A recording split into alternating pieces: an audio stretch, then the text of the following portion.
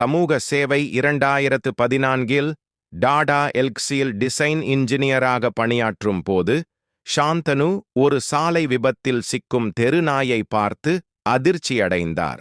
இந்த அனுபவம் அவரை தெருநாய்களின் பாதுகாப்பை மேம்படுத்தும் முயற்சியில் ஈடுபட தூண்டியது.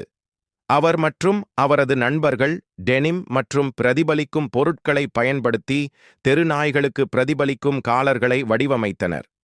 இந்த முயற்சி மோட்டோபாஸ் என்ற சமூக முயற்சியாக உருவெடுத்தது.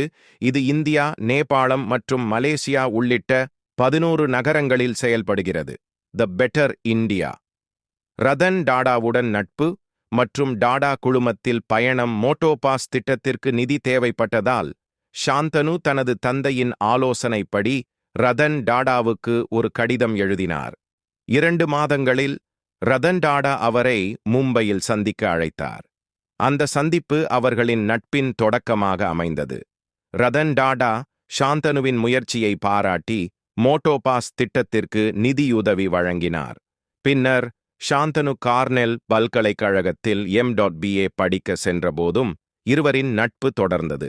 2018இல் சாந்தனு இந்தியா திரும்பியபோது ரதன் டாடா அவரை தனது உதவியாளராக நியமித்தார். jagranjosh.com. டாடா குழுமத்தில் பதவிகள் மற்றும் புதிய முயற்சிகள். சாந்தனு ரதன் டாடாவின் உதவியாளராக பணியாற்றிய போது பல புதிய முயற்சிகளில் ஈடுபட்டார். அவர் டாடாவின் இன்ஸ்டாகிராம் கணக்கை தொடங்க